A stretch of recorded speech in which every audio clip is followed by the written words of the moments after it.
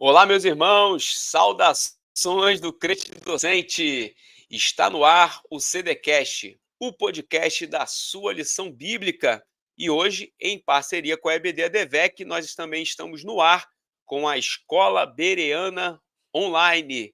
Nós temos aqui nos acostumado a fazer essa parceria para aproveitar a ministração sempre de um professor que vai abençoar a sua vida. Antes de nós chamarmos o nosso professor convidado de hoje, porque nós temos aqui uma boa surpresa para você que nos acompanha. Você sabe que geralmente é a lição de número 1, eu estou acostumado aqui a fazer a abertura do trimestre, mas nesse trimestre eu não ousei ministrar a lição de número 1 para você, porque o convidado é mais do que especial e já já você vai saber por causa de quê.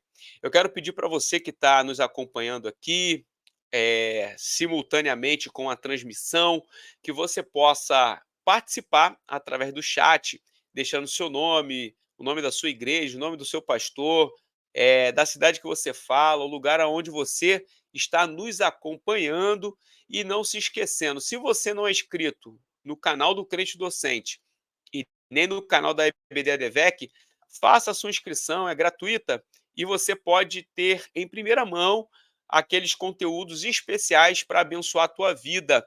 Aqui no Crente Docente nós temos toda semana a ministração de uma aula. Também estamos vindo em 2024 com boas e grandes surpresas para poder abençoar a sua vida. E no canal da EBD ADVEC você tem sempre aqui a Escola Bereana Online e uma programação especial. Muitas das vezes na igreja nós não temos a oportunidade de fazer em formato presencial, e aqui a plataforma do YouTube se torna uma maneira de nós não perdermos nenhuma aula, como é o caso de hoje. A gente, daqui a 2 semanas, nós voltamos com a Escola Bereana presencial, mas nessas 2 primeiras lições, Escola Bereana online. Último recadinho aqui, antes de eu chamar o nosso professor convidado. Você que está acompanhando pelo Crente Docente, eu quero que você preste muita atenção. No nosso rodapé aqui, na verdade, na descrição, para ser bem mais específico e claro, nós temos a possibilidade de você adquirir um material exclusivo de preparação para este primeiro trimestre de 2024. Um material exclusivo sobre os profetas maiores. São algumas palestras que trazem um panorama sobre os livros dos profetas maiores, também uma ideia sobre o profetismo bíblico, além de você entender quais são os profetas maiores, uma subdivisão, uma ideia para poder facilitar você que estuda e você que ministra as aulas. E, além disso, nós temos, semana após semana, aquilo que nós chamamos de dicas ou análises didáticas e pedagógicas de cada uma das lições, onde eu trago ali alguns insights para você tanto estudar quanto também para você preparar a sua lição. Só para você ter uma ideia, vou dar aqui uma dica para você que está lá no material exclusivo. Essa lição de número 1 hoje, quais são os profetas maiores, é uma ótima lição para você lançar mão de recursos visuais, fazendo infográficos, subdivisões através de fluxogramas e apresentando dados esquematizados na tela ou na sua igreja. Enfim, óbvio que cada professor tem a sua maneira de trabalhar, a sua maneira de conduzir, outros vão optar por uma maneira mais expositiva, mas o que eu estou apresentando aqui para você é o trabalho que a gente faz nos materiais exclusivos, onde a gente traz essa análise, possibilitando para você uma maneira de você estudar, aprender e também de ensinar essa lição de número 1. E aí, isso está aqui na descrição. Você clica e aí você vai saber ali o valor, é um valor muito pequeno, que você investe, mas você tem um material de grande valia para a tua vida. A revista desse trimestre, como eu já aqui frisei para você, é a revista dos profetas maiores, mensageiros de Deus em tempos de angústia, esperança e salvação. Aqui são lições maravilhosas. E o comentarista dessa revista aqui é o pastor Ricardo Rangel da Silva. E eu quero dizer para você que a surpresa que eu guardei até esses minutos aqui da nossa abertura de trimestre no Crente Docente e na Escola Bereana é que, para ministrar a lição de número 1, quem são os profetas maiores, né? Aí a lição número 1 é a interrogação, e que vai ministrar para a gente aqui. E eu quero que você receba com muito carinho. Você já sabe, para receber com muito carinho, aqui na internet, através do chat, através dos comentários, deixando aí a tua reação e a tua participação. E eu quero que você receba com muito carinho, para poder ministrar essa lição de número 1, o comentarista da revista do trimestre dos Profetas Maiores, o pastor Ricardo Silva, que está aqui conosco. Pastor Ricardo Silva, seja muito bem-vindo. Obrigado, meu pastor Divanei. É um prazer estar servindo ao Senhor ao seu lado, fazendo essa ministração de cunho introdutório a esse trimestre que, com certeza, vai abrir o nosso entendimento referente aos profetas, estes homens chamados por Deus, porta-vozes de uma mensagem divina para a sua época, e não somente para a sua época, mas também atingindo até o dia de hoje. Afinal de contas, nós estamos diante de uma verdade cabal. Deus é aquele que falou, fala e continuará a falar. E é por isso que aqui estamos alegres em Cristo, juntamente ao seu lado, para servirmos ao Senhor, aos nossos irmãos, para que tenhamos um maior entendimento acerca das verdades da palavra de Deus. Maravilha. Então, você que está aqui no Crente Docente, no CDcast, e você que está na Escola Bereana Online, eu vou fazer uma oração e deixar com que o pastor Ricardo aqui conduza de maneira abençoadora essa lição de número 1. Pai, nós louvamos o teu nome. Senhor, nós queremos te agradecer pela oportunidade de escutar o pastor Ricardo aqui nesta aula que abre o trimestre. Eu quero pedir para que tu venha abençoar a vida dele, que o Espírito Santo possa conduzir a mente, o coração, a sua fala, para que os ensinamentos de tudo aquilo que ele preparou na confecção desta revista possa abençoar as nossas vidas, as nossas famílias e trazer um impacto de transformação, que aquilo que esses mensageiros de Deus um dia profetizaram, um dia trouxeram como vontade de Deus para esta terra, possa trazer lições para as nossas vidas. É o que eu oro. E desde já te agradeço pela vida do pastor Ricardo, pela sua dedicação e por tudo aquilo que tu tem proporcionado na área de ensino bíblico aqui no Crente Docente, na Escola Bereana da EBD ADVEC. É o que eu oro a ti e te agradeço em o nome de Jesus. Pastor Ricardo, o senhor pode ficar com o público e eu vou estar acompanhando aqui a aula. Deus abençoe. Deus abençoe, meu pastor Divanei. Meus queridos e amados irmãos, antes de iniciarmos essa aula, eu gostaria apenas também de falar que temos um canal no YouTube, onde ali temos 24 gravações, que são pregações e também lições, ou seja, estudo bíblico. É @PR Ricardo da Silva, @PR Ricardo da Silva, em minúsculo.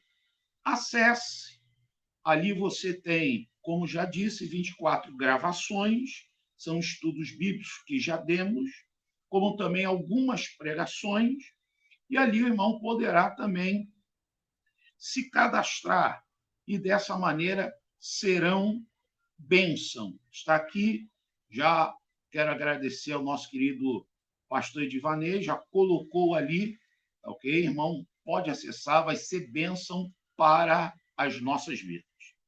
Mas, amados, o assunto que nos é proposto nesse trimestre, que é falarmos sobre profetas maiores, mensageiros de Deus em tempos de angústia, esperança e salvação. Primeiro, é bom de dizer aos irmãos que esta lição não tem por finalidade jamais, certo? Tornar, resumir todo o assunto ou esgotar o assunto referente aos profetas maiores. É uma porção muito rica dentro do gênero de literatura profética. Logo, o irmão, quando lança a mão o irmão vai observar claramente que, se fôssemos tratar de Isaías, Jeremias, Ezequiel e Daniel, seria necessário tratar em cada um trimestre deste ano. Mas o assunto é termos uma visão geral referente a este grupo conhecido dentro da teologia cristã como profetas maiores. Quando o irmão lança a mão da sua lição, o irmão também vai observar, a primeira lição é introdutória, e nela nós temos ali quem são os profetas. Bem, a lição 2, 3 e 4 são retiradas do livro do profeta Isaías. E ali, essas 3 lições vão transitar no campo referente ao pecado e salvação. A lição 2 vai nos falar sobre a gravidade do pecado de uma nação. A lição 3 falará sobre a unicidade de Deus, nos dando ali a ideia de Deus como único Deus. E finalizamos na lição 4 apresentando o servo de Jeová, o Salvador, não esquecendo que o livro do profeta Isaías foca o princípio da salvação. As lições 5, 6 e 7 são extraídas dos escritos de Jeremias, tanto o seu livro profético, como também o livro das Lamentações. E ali o assunto vai girar em torno como Deus estabeleceu ou levantou e ergueu esse profeta. Na lição 5, o irmão vai observar as dificuldades, as adversidades, o sofrimento que este profeta assim teve. Não esquecer que Jeremias é o profeta mais perseguido dentro da história de Israel. Na lição 6, vamos aprender 2 princípios muito fundamentais sobre os recabitas. E aí vamos aprender sobre o exemplo da obediência. Vamos ali entender que Deus chama Jeremias para chamar a família dos recabitas para ensinar algo que a nação de Israel estava constantemente contrária, que é a obediência. Mas também nessa lição aprendemos sobre a importância do vínculo, da unidade familiar que nos leva a vivermos e a vencermos qualquer tipo de obstáculo. E a lição de número 7, ela já é extraída do livro das Lamentações. Então, a lição 7, ela tem por fundo tudo aquilo que o profeta vivenciou logo após a destruição de Jerusalém e do Reino do Sul, também conhecido como Reino de Judá. As lições 8, 9 e 10 já são extraídas do escrito do profeta Ezequiel. E no capítulo 8, vai se falar sobre o chamado do Filho do Homem. É bom de ressaltar que, quando falamos sobre os profetas maiores, no capítulo 6 de Isaías, nós temos a chamada de Isaías. Capítulo 1 de Jeremias, temos a chamada de Jeremias. No capítulo 1 até o 3 de Ezequiel, temos a chamada do profeta Ezequiel. Ou seja, não se faz menção da chamada de Daniel, mas fica nítido esses 3 profetas. Isaías, no capítulo 6, Jeremias, no capítulo 1 do seu livro, e também Ezequiel, capítulo 1 ao 3, do profeta Ezequiel. É bom de ressaltar aí que ali nós vamos também observar sobre os 2 lados da chamada. Bem, A lição 9 fala sobre a responsabilidade pessoal. Cada um é responsável. E ali vamos aprender claramente sobre este princípio que fica nítido no capítulo 18 do escrito do profeta Ezequiel. E no capítulo 10, que vai falar, ou na lição 10, se falará sobre o triunfo da esperança. Ou seja, vamos aprender sobre o que é esperança, vamos também aprender sobre o capítulo 36 e 37 de Ezequiel, que, no caso, tem um teor duplamente profético para a geração que estava no cativeiro babilônico, mas também lançando luz para o futuro da nação de Israel. Ou seja, o capítulo 36 e 37 também de Ezequiel, estamos vendo a olhos nus o que está acontecendo hoje. Ou seja, Israel torna-se uma nação. As lições 11, 12 e 13 finalizam tratando sobre o profeta Daniel. A lição 11 vai falar sobre o caráter marcante deste homem em um local de extrema corrupção, extrema violência, extrema idolatria, promiscuidade, mas ele manteve-se fiel diante do Senhor. A lição 12 vai tratar sobre a soberania de Deus, como Deus é soberano sobre todos os soberanos. Ou seja, ele é o Senhor Todo-Poderoso. E a lição 13 tem um teor escatológico, porque falará ali sobre as 70 semanas de Daniel, fará uma abordagem sobre a pessoa do anticristo, ok? E também falará sobre um dos sinais da vinda de Jesus, sobre as duas ressurreições e uma breve abordagem sobre a grande tribulação. Bem, essa lição de número 1, aonde o assunto gira em torno quem são os profetas maiores, bem, é bom de ressaltar aqui os objetivos. Nos objetivos temos assim: identificar os profetas maiores, suas biografias e a época em que viveram. O irmão tem esse conteúdo na terceira e última parte da sua lição, onde tem o terceiro ponto, diz: profetas maiores, sua época e mensagem.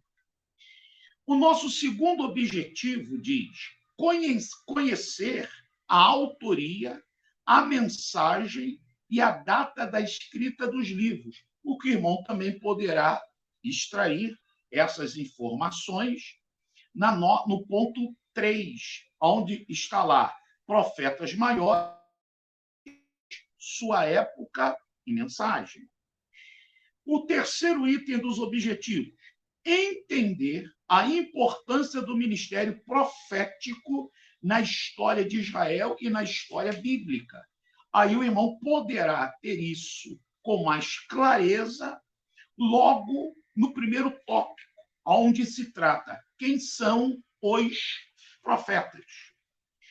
E o quarto objetivo desta primeira lição é compreender a atualidade da mensagem dos profetas para a humanidade odierna, ou seja, para a atual humanidade. E assim temos como objetivos, como alvos a serem alcançadas na conclusão da nossa lição.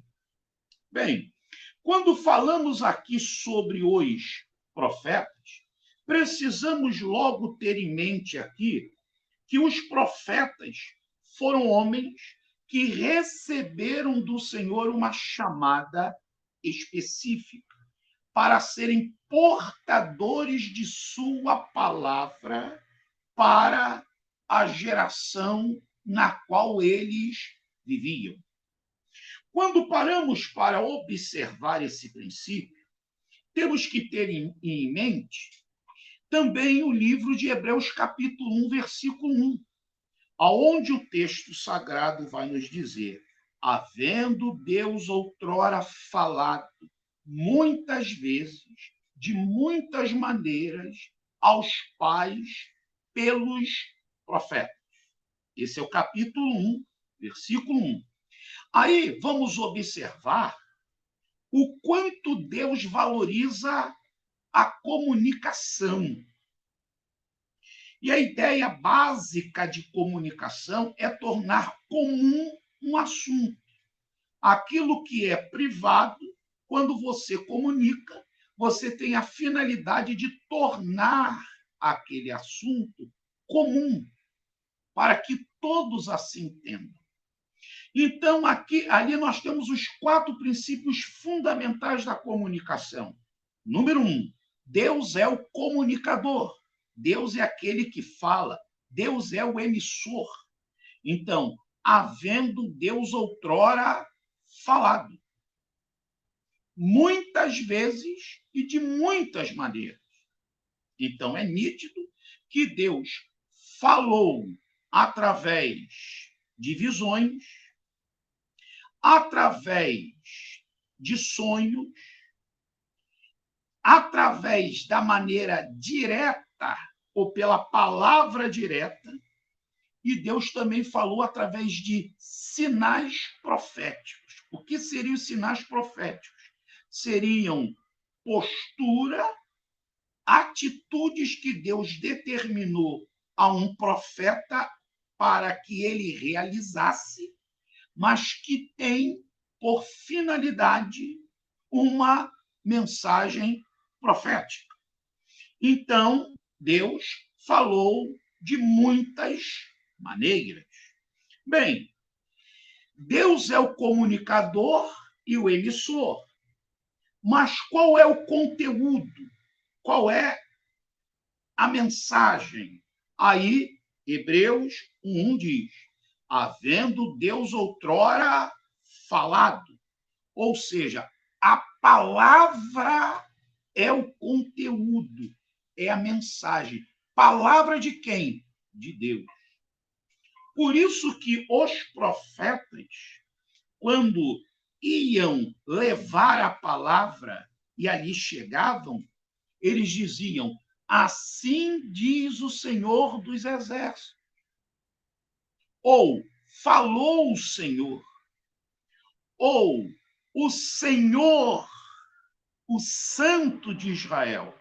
Ou seja, os profetas estavam conscientes que aquilo que eles estavam levando não era uma palavra oriunda deles, nem de um aprendizado que eles tiveram, mas eles entendiam que aquilo que eles estavam transmitindo era a palavra de Deus. Terceiro princípio nítido em Hebreus 1, aprendemos também que Deus, ele usa intermediários ou mediadores. E quem são esses intermediários? Esses mediadores? Os profetas. O próprio Hebreus 1 diz isso. Havendo Deus outrora falado muitas vezes, de muitas maneiras, aos pais pelos profetas.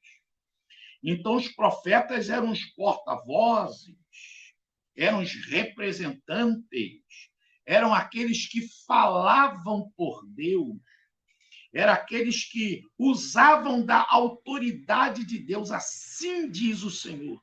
Eles usavam da autoridade de Deus e transmitiam a palavra oriunda de Deus. E, por último, existe o receptor, o ouvinte, aquele que recebe a palavra. E Hebreus 1 deixa isso claro. Havendo Deus outrora falado, muitas vezes e de muitas maneiras, aos pais.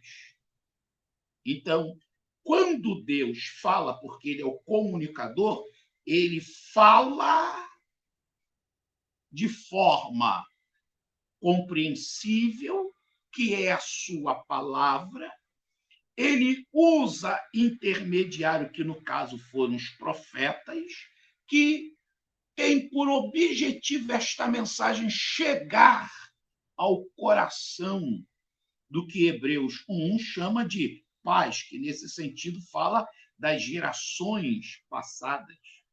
Ou seja, na realidade, o ministério profético é uma via pela qual Deus vem a falar, se comunicar com o homem. Quando chegamos no nosso primeiro tópico, e aí diz quem são os profetas, vamos logo também observar que antes de Deus falar através dos profetas, Deus falava diretamente ao homem. E aí surge esse princípio muito importante. Deus fala ao homem, entrega a sua palavra ao homem, para que esse homem se torne o seu porta-voz para aquela família, para, às vezes, uma única pessoa, às vezes para uma tribo, às vezes para uma nação. Mas o alvo do Senhor sempre é Deus falando a um homem para que este homem venha se tornar esse seu veículo, esse meio, para que flua dele a palavra de Deus a outros homens. Então, Deus falou a homens como Adão lá no Éden, Deus falou a Caim, Deus falou também a Noé, ou seja, o relato bíblico é cheio de homens no qual Deus falou a eles. Mas houve um momento que Deus agora chama um homem e o capacita para que ele possa levar a sua palavra. Aí temos o início do profetismo, ou seja, esses homens se tornam os porta-vozes da palavra do Senhor. Deus coloca nos seus lábios a sua poderosa palavra. E me permita só fazer aqui uma colocação. Quando falamos em palavra, estamos falando daquilo que é gerado pela nossa mente, gerado pelas nossas emoções e gerado pela nossa vontade. Aquilo que eu tenho por vontade, eu manifesto através da fala. Aquilo que penso, também falo. Aquilo que estou sentindo, também falo. O que é a palavra de Deus? A palavra de Deus é aquilo que Deus pensou, é aquilo que Deus tem por vontade e aquilo que Deus sente. Então, quando os profetas levavam a palavra de Deus, eles estavam levando aquilo que Deus pensa, a mente de Deus. Estavam levando as emoções de Deus, diríamos, o coração de Deus, o que Deus sentia, mas também a sua vontade, ou querer de Deus para aquele povo. Então, eles levavam, assim, a palavra do Senhor. E aí, vamos observar que esses homens receberam, no transcorrer dos textos sagrados, alguns títulos. Primeiro, profetas. E aí temos aí o conceito, tanto no hebraico como no grego, e aí vamos entender que o profeta é o anunciador e o declarador. O profeta é aquele que fala por outro. O profeta é o que representa. O profeta é aquele que fala em lugar de outro. O profeta é o arauto. Tudo isso o irmão tem na sua lição. Consulte lá. Leia, releia. Ok? O irmão deve também, para tornar a sua aula mais atrativa, fazer pesquisas. Mas o irmão não pode esquecer-se do manual inicial, que é a lição. Ok? Então, consulte a sua lição, leia, e dali você tem já algumas bases, já tem base para iniciar a sua aula, e se o irmão entender ser necessário fazer a sua pesquisa, fique à vontade. mas não se esqueça que muita informação já temos aqui. Bem, aí vamos também observar que existiam algumas qualidades principais. Vamos lá, referente ao profeta. Primeiro, o profeta tinha de ter capacidade de ouvir atentamente a palavra de Deus, Isaías 6:8, habilidade para proclamá-la com precisão e clareza, Jeremias 2:1 e 2, e o terceiro e último tópico, cuidado e foco para ministrá-la com autoridade e poder. Ou seja, ele recebe a palavra, ele ouve a palavra, leva a palavra e a ministra com autoridade dada por Deus e manifesta a palavra com verdade. A verdade que ele recebeu era a verdade que ele tinha de levar e entregar. Bem, servo é um outro título dado também aos profetas, e podemos ver isso lá em Amós 3:7. E o conceito ali de servo recai no sentido de obediência.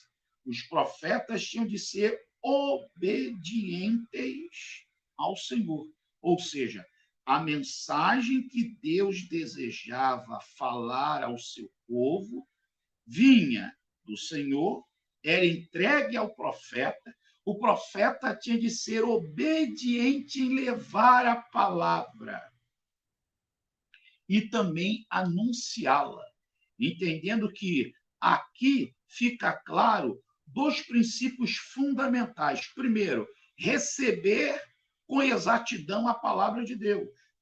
E segundo, entregá-la de forma fidedigna. Não podia se alterar. O que Deus falou ao profeta, o profeta tinha a responsabilidade de entregá-la. Um outro título dado também é atalaia. Esse termo é muito usado ali em Ezequiel, ok? E aí vamos logo entender que a expressão do hebraico desabar, certo? Corresponde a um sentinela, a um vigia, ou seja, aquele que tinha a responsabilidade de estar sempre atento, sempre alerta. Enquanto todos poderiam estar tirando um cochilo, o sentinela, ou atalaia, ou vigia, ele tinha de estar sempre despertado. Então, isso vai sugerir que os profetas eram aqueles que sempre tinham de estar alerta para receberem a palavra e a transmitirem. Isso fica muito nítido ali no capítulo 3 de Ezequiel, como também no capítulo 33, onde Deus o chama de atalaia. Bem, eles também eram vistos como homem de Deus. Às vezes não se mencionava o nome do profeta, mas o rotulava de homem de Deus, certo? Então, ali se fala de homens que tinham uma vida totalmente dedicada ao Senhor. E homens que tinham uma mensagem do Senhor para a sua geração. Eram chamados homens de Deus. Esses 4 aspectos são detalhados na lição, mas eles também são chamados dentro do texto bíblico como videntes ou visionários. O que era isso, pastor? Videntes aí não tem nada a ver com prática espírita. Aí tem a ver, sim, quando Deus falava ao profeta através de visões. Ou seja, alguns profetas receberam uma mensagem de teor profético através de visões. Por isso que o profeta, ele não apenas, às vezes, ele mencionava a palavra do Senhor daquilo que ele ouviu, mas também daquilo que ele viu, nesse caso, através de visões. E temos casos como Ezequiel, temos caso de Daniel. Entre os profetas menores, temos o caso de Zacarias, certo? Mas era uma maneira que Deus também se comunicava. Em alguns momentos, eles eram chamados de videntes e visionários. Também eram chamados de mensageiros de Deus, ou seja, eles eram portadores da palavra que Deus havia lhes confiado. Então, eles eram os mensageiros de Deus. Também chamado de homens santos de Deus. Isso fala num princípio muito importante, numa vida de devoção para o Senhor. Os profetas eram aqueles homens que procuravam viver uma vida para o Senhor, com o Senhor e para a glória do Senhor. Também eram chamados de santos profetas. Ok? Então, nesse primeiro tópico, temos aí quem são os profetas. Aí, através dos seus títulos, sinalizam também o teor da sua chamada. O nosso segundo ponto fala sobre entendendo profetas maiores e menores. Vamos logo entender que quando abrimos a primeira sessão, contendo 39 livros da Bíblia cristã, esse primeiro grupo é conhecido como o Antigo Testamento, também conhecido como Velho Testamento, também conhecido como Veterotestamentário. E também, atualmente, ele é chamado de Primeiro Testamento. São termos usados para essa primeira porção de 39 livros. Ok? Bem, claramente sabemos que essa primeira porção está dividida em 5 livros, conhecido como Pentateuco ou livros da lei. 12 livros são chamados de livros históricos. 5 livros são chamados de livros poéticos e de sabedoria. E os livros finais, totalizando 17, já estão inseridos num grupo conhecido como de profecia, de profetas. Então, o gênero no qual os profetas maiores estão inclusos é no gênero profético. Ok? Bem, aí vamos logo entender que esse termo profetas maiores e menores é uma expressão usada simplesmente dentro da teologia cristã. O que é isso, pastor? Entre os judeus, esse termo não é usado. Só é usado dentro da teologia cristã. Na realidade, esse termo tem origem na obra do IV século, feita pelo teólogo latino Agostinho de Hipona, conhecido como um dos pais da Igreja e um dos grandes teólogos da Igreja. Há até quem dá a ele o título de grande teólogo da Idade Média, né? Da Idade Média. Bem, na obra que ele escreveu em uma das suas obras, Cidade de Deus. Então, quando Agostinho se deparou diante dessa porção, ele divide maiores e menores. É bom de ressaltar que não é se os profetas têm mais valor. Ah, então um é maior e o outro é menor por causa de valor profético. Não, porque para Deus todos eles são homens de Deus. Ah, pastor, é por causa da durabilidade do ministério. Também não. Não tem nada a ver com durabilidade de ministério, mas sim com conteúdo. Ou seja, os profetas maiores foram aqueles que escreveram mais, e os menores, logo, aqueles que escreveram menos. Ok? Se sabe claramente, se você reunir de Oséias até Malaquias, ok? Não dará o livro de Isaías, também Jeremias e Ezequiel. Ou seja, Isaías sozinho é maior do que os 12. Jeremias também é maior do que os menores. E Ezequiel também. Ok? É bom até de ressaltar aqui aos irmãos, o maior livro dos profetas maiores é Jeremias, não é Isaías. Que isso, pastor? Mas um tem 66 capítulos de Isaías e o outro 52 capítulos. Correto.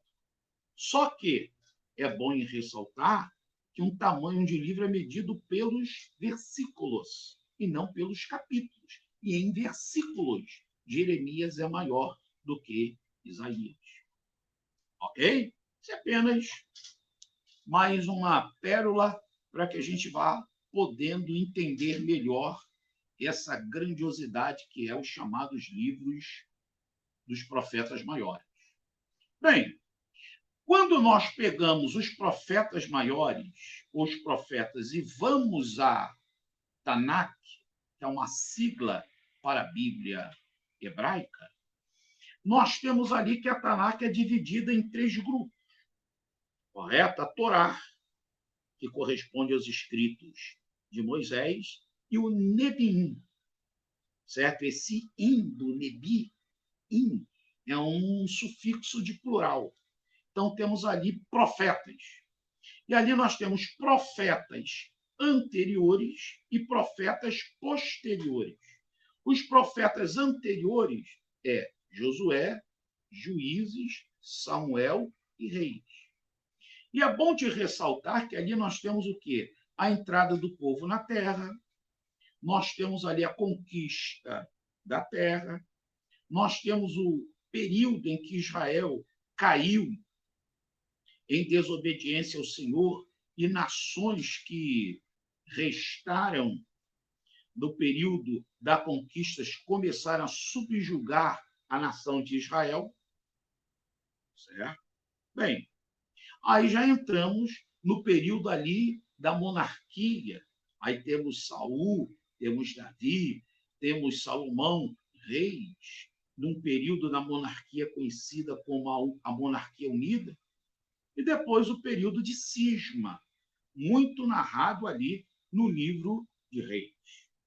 Mas esses livros são vistos, sim, como livros proféticos dentro da Bíblia hebraica.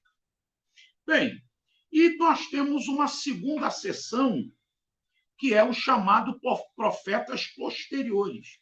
E aí estão inclusos Isaías, Jeremias, Ezequiel, Daniel não, mas Isaías, Jeremias, Ezequiel. E os 12. Por que se fala os 12? Porque, na verdade, na teologia, diríamos na teologia judaica, ou entre os judeus, não são 12 livros, é um livro onde estão inseridos os 12. Ok? Então, assim, essa última parte dos profetas, chamados profetas posteriores, Isaías, Jeremias, Ezequiel e os 12. Bem, o livro de Daniel está inserido na terceira divisão da Bíblia hebraica, é os chamados Ketuvim, ou os hagiográficos. Hagiográficos é uma expressão oriunda do grego, que quer dizer escritos sagrados, certo? Hagiográficos, santos escritos ou escritos sagrados. E ali o livro de Daniel encontra-se nesse terceiro grupo. E o livro de Lamentações, que segue ao livro de Jeremias, porque é dado a autoria de Lamentações ao profeta Jeremias, por isso que ele está unido ali, ele já faz parte de um grupo que está dentro dos Ketuvim, que é os chamados Megilote, ou os rolos, que são livros, são um total de 5 livros que são lidos nas festas judaicas. E este livro de Lamentações, ele é lido em comemoração à destruição da cidade de Jerusalém e do templo, no 9º dia de Afé. de AV, que corresponde aos meses de julho e agosto. Ok? Bem, muitas dessas informações que eu estou passando aos irmãos estão na lição. Então, recomendo que o irmão leia e recomendo que o irmão chame a atenção dos seus alunos para o material que eles têm em mãos, para motivá-los, não só na compra, mas também em ler a própria lição de EBD. E aí nós temos os profetas maiores. É bom de ressaltar que os profetas maiores, ou quando falamos de profetas, nós podemos classificá-los em 5 grupos. Em 5 grupos. Nós já vimos, profetas maiores e menores. Mas também temos, entre os chamados profetas, os chamados canônicos e não canônicos. Explique isso, pastor. O termo canônico, profetas não canônicos, certo? São aqueles que receberam de Deus a graça de ouvirem de Deus a palavra de Deus e levarem a palavra de Deus.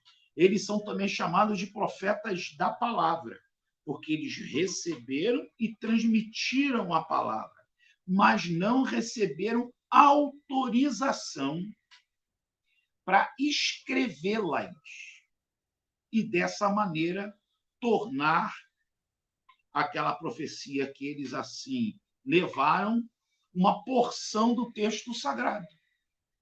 Mas parte do seu ministério, como também do teor profético que Deus lhes confiou, foi narrado por outros escritores. Por isso, nós temos aí profetas conhecidos como não canônicos ou profetas da palavra, que só levaram a palavra. Temos profetas como Elias, Eliseu, Gade, Natã, Micaias, Obed, Jaziel, certo? É um grupo que, segundo certos escritores, chegam até a 39 nomes. Temos os chamados canônicos, ou profetas da escrita. Foram aqueles que não somente receberam de Deus a palavra para levar ou transmitir a palavra, mas Deus deu a eles a autorização para escreverem a sua palavra. Na verdade, o primeiro homem a receber uma autorização da parte de Deus para escrever as suas palavras foi Moisés. Está lá em Êxodo 17:14. Ou seja, Moisés também entra no grupo de profetas. Ele foi um profeta, certo? Então, os profetas canônicos ou da escrita foram aqueles que receberam de Deus a palavra, transmitiram e receberam de Deus a ordem para também escreverem a sua palavra. Isaías 8:1, Deus fala isso para Isaías, para ele escrever. Capítulo 30, versículo 8 de Isaías, Deus falando para Isaías. Jeremias, capítulo 30, versículo 1 e 2. Capítulo 36, do 2 ao 4. 27 ao 32, certo? De Jeremias. Abacuque recebe uma ordem de Deus para que ele fosse para uma torre alta, pegasse madeiras, escrevesse a palavra de Deus e as fixasse de tal forma que quem passasse andando, quem passasse correndo, leria. Aí até o brinco. Deus criou o outdoor, ou seja, leia a palavra de Deus. Estava ali, ok? Foram os profetas canônicos.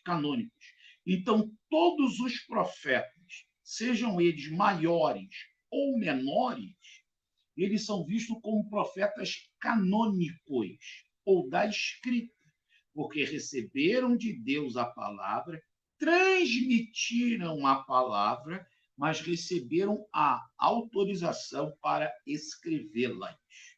Ok? Bem, quando ainda estamos tratando nesta parte ainda sobre os profetas, nós temos uma sessão muito importante, que é a terceira e última da nossa lição, que tratará sobre profetas maiores sua época e mensagem. Ou seja, cada um profeta vive em uma determinada época. Aí se faz necessário também aquele que quer ter uma visão mais ampla, lançar mão dos textos sagrados, principalmente textos que se encontram em Reis, como em Crônicas. Porque o fundo da vida e da mensagem desses profetas estão inseridas também em Reis e em Crônicas. Ou seja, vamos lá, Isaías, ele profetiza, isso o irmão pode ver logo no capítulo 1, versículo 1, quando ele profetizou, olha só, para o reino de Judá.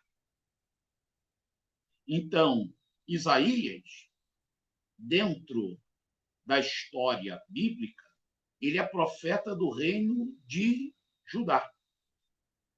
Não de Israel, de Judá.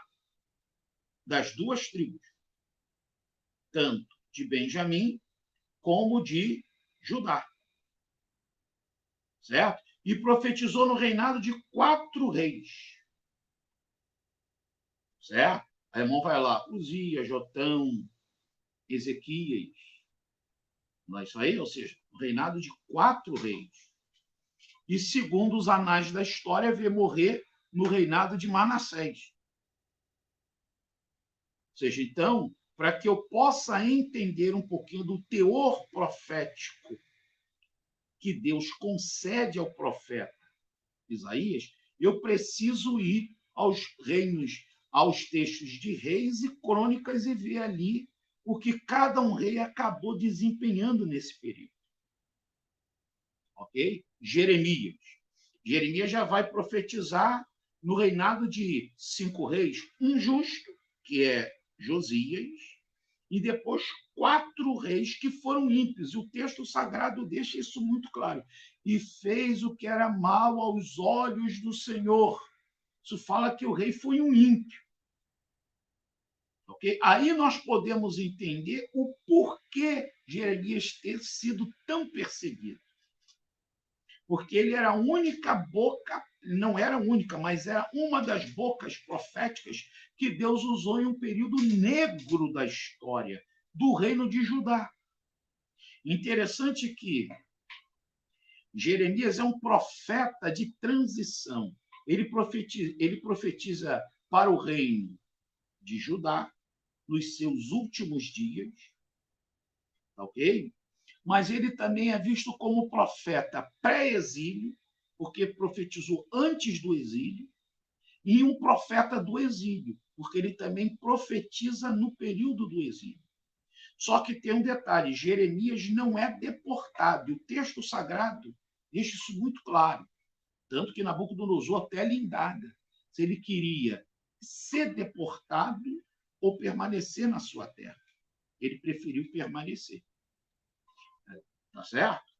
Aí nós entendemos isso. Quando chegamos em Ezequiel, já vamos observar no escrito de Ezequiel que reinos de Israel, das 10 tribos, já não existiam mais. O reino de Judá também já não existia mais. As 2 tribos já estavam sendo destruídas, né? Já não estavam mais no seu auge, no seu poderio. Estava no início do ministério do profeta Ezequiel, já estava prestes a ser destruída completamente o reino de Judá. Então, Ezequiel já é um profeta que exerce o seu ministério no período do exílio. Aí também há mais um grupo no qual os profetas entram. Você tem profetas pré-exílio, antes do exílio, profetas do exílio e profetas pós-exílio. Tá certo? E Ezequiel é um profeta do exílio. Certo? Um profeta do exílio. Interessante que Jeremias fica com o povo que em Israel, depois, certo, ele é levado para o Egito, mas ele fica um certo período com o povo que estava ali em Israel ou em Jerusalém. Ezequiel profetiza no meio dos cativos, certo? Aí você tem claramente que ele profetiza na Babilônia, certo? Tem um local chamado Tel Abib, certo? No meio dos cativos seus, que ali ele esteve, e Daniel profetizou no palácio. Então você tinha um representante de Deus no palácio, tinha um representante no meio dos cativos na Babilônia e tinha um representante de Deus na terra. Entendido? Ou seja, Deus continuava a falar com o seu povo, chamar o seu povo a uma comunhão mais próxima dele. Tá certo? Ezequiel. E Daniel é o profeta palaciano, como muitos costumam assim dizer. Bem, e ele profetizou no período do exílio. E aonde ele profetizou? Na Babilônia. Ok? Então, isso é claro.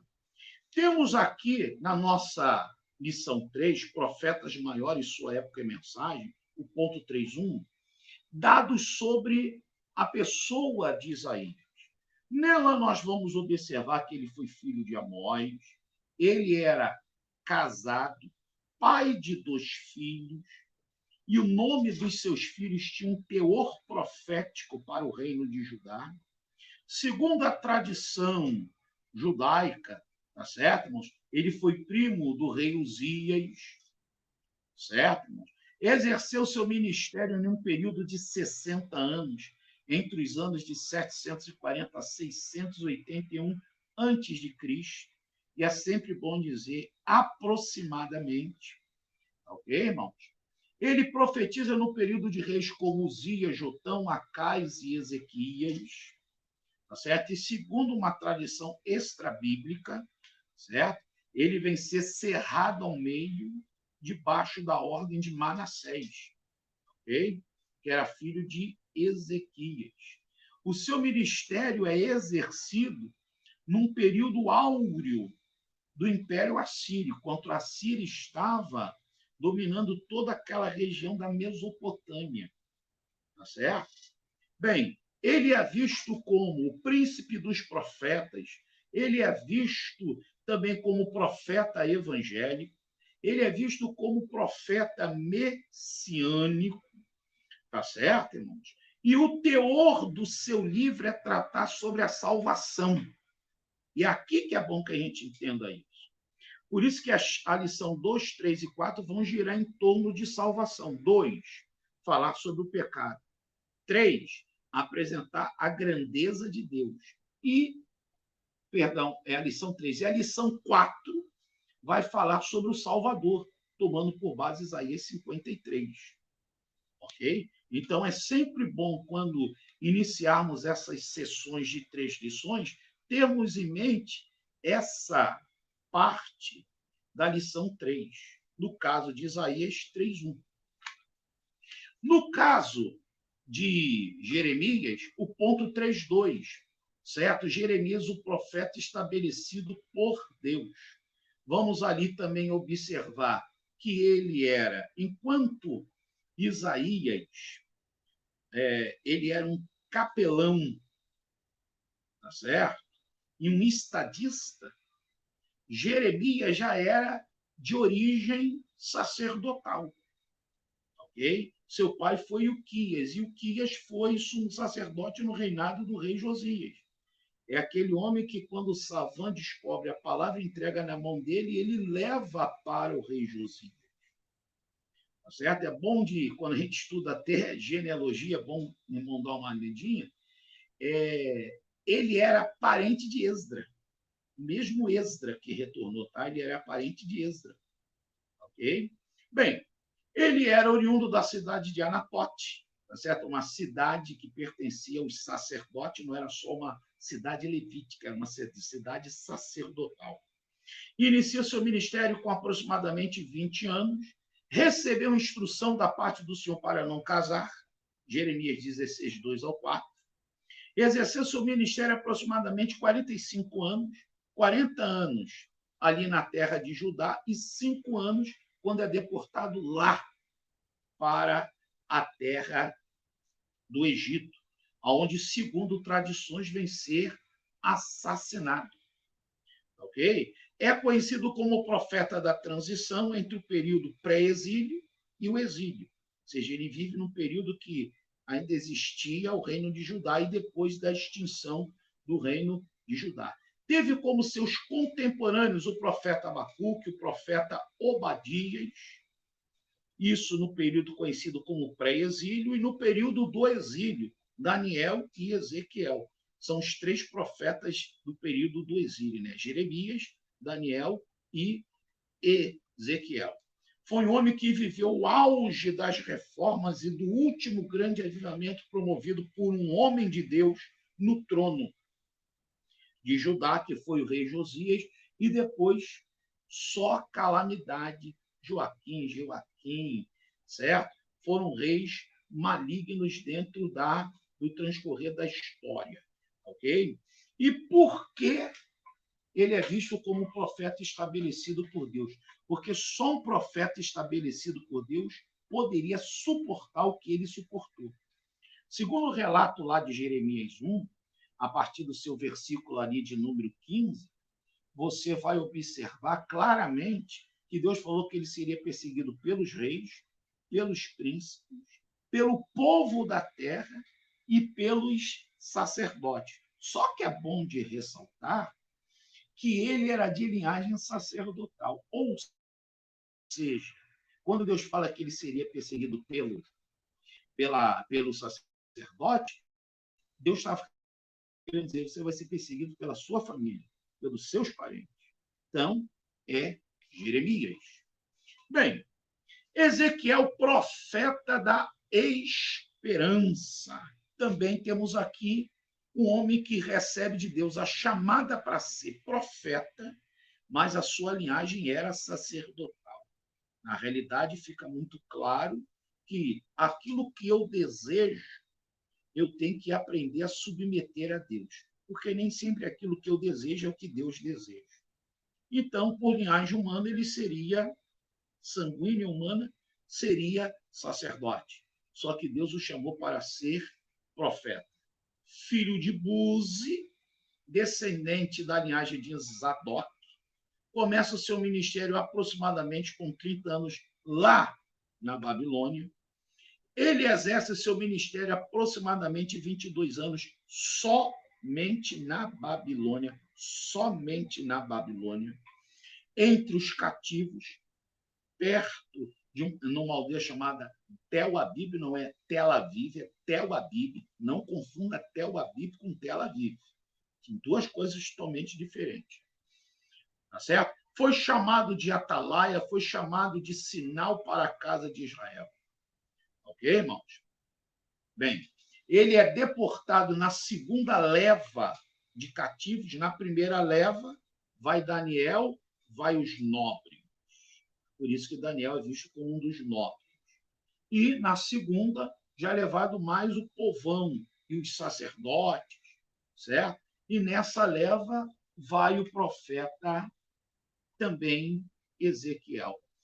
Ele fica viúvo, certo? Então vamos lá. Isaías era casado, pai de 2 filhos.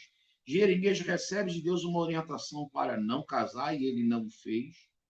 E Ezequiel perde a sua esposa em meio ao sítio de Jerusalém. Tá certo? Então, ele era viúvo. Daniel, a Bíblia não faz menção alguma assim de um casamento que ele veio a ter. Tá certo? E ele, segundo a tradição, veio a morrer quando repreendia um judeu por idolatria, sendo assim assassinado. Bem, o nosso profeta Ezequiel é visto como profeta, diríamos, da esperança, porque a partir ali do seu capítulo de número 30, ele já começa a falar sobre o que Deus desejava para o seu povo. que era o retorno para a terra. E Deus faria com que aquela terra fosse restaurada, não só a Israel, mas também seria restaurada em várias outras áreas, flora, fauna, tudo receberia restauração. Então, ele é o profeta da esperança. Em meio ao cativeiro, Deus está falando: eu sou o Deus da esperança e vou restaurá-los à sua terra. Bem, e o livro do profeta Daniel, significado do nome Daniel, Deus é meu juiz. Esse livro é visto como um livro apocalíptico, ou seja, que tem esse gênero de literatura, tá certo? Daniel foi na primeira leva de cativos, ok? Daniel, fica claro que era um homem que buscava uma vida de devoção ao Senhor, vivia uma vida devocional, regada com muita oração, jejum e leitura da palavra do Senhor. É um homem estudioso da palavra do Senhor, recebeu da parte do Senhor mensagens gloriosas, certo? Referente ao futuro das nações. Também é um homem que Deus o usa. É interessante que o livro de Daniel é um livro que apresenta muitos milagres. Certo? Os livros proféticos dos maiores é o livro que você vai observar bastante milagre. Milagre de Deus ter dado a Daniel o sonho e a revelação do sonho. E os 3 serem remessados na fornalha, o Senhor ter preservado. Quando o Senhor abate o orgulho de Nabucodonosor, quando Daniel lançado na cova dos leões, o Senhor o guarda, o Senhor o preserva. Então, é um livro também recheado de milagres, das ações divinas em favor dos seus servos. Bem, aí nós temos esses aspectos importantíssimos, ok? Para entendermos um pouco da mensagem. Vamos lá. Isaías, onde você tem que procurar, onde narra-se o reinado de Uzias, Jotão, Acais, Ezequias e Manassés. Jeremias, no reino ali de Josias, Joaquim, certo? Para poder entender a mensagem, o tempo, o panorama da época que esse profeta viveu. Ezequiel, aí já é o período do exílio, como também Daniel, já é o período do exílio.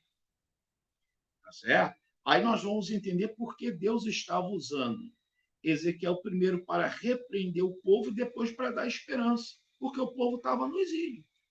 E Daniel, como Deus agiu de forma milagrosa e poderosa para mostrar que ele era Deus no meio de uma corte idólatra como a Babilônia era, e como também dos medos e persas. Tá? O fundo histórico lança a luz para que a gente possa entender esses princípios importantes. Bem, agora eu quero apenas fazer a leitura da nossa conclusão.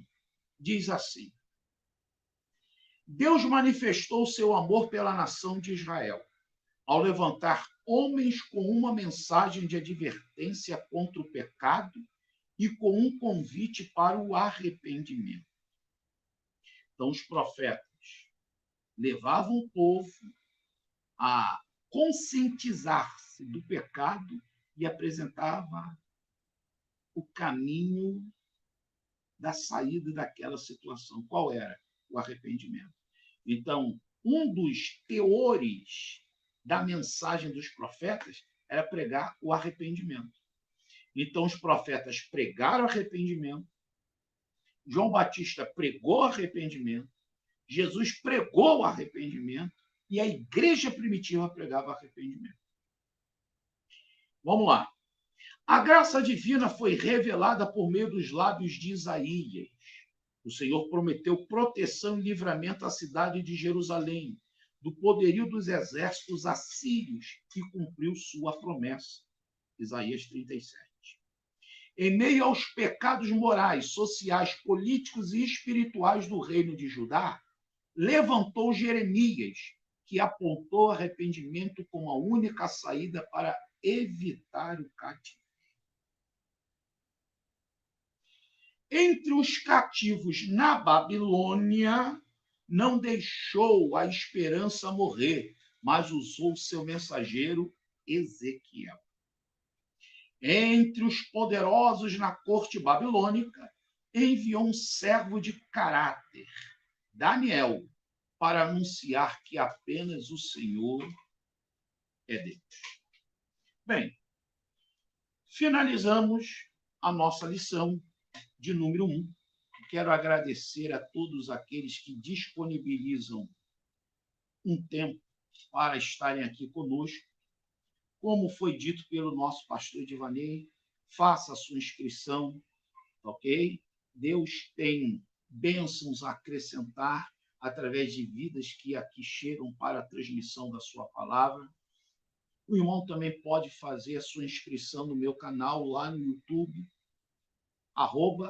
@PR Ricardo da Silva, em minúsculo, @PR Ricardo da Silva, em minúsculo, ok? E quando sempre for relatado novos vídeos, o irmão receberá aquele sinalzinho.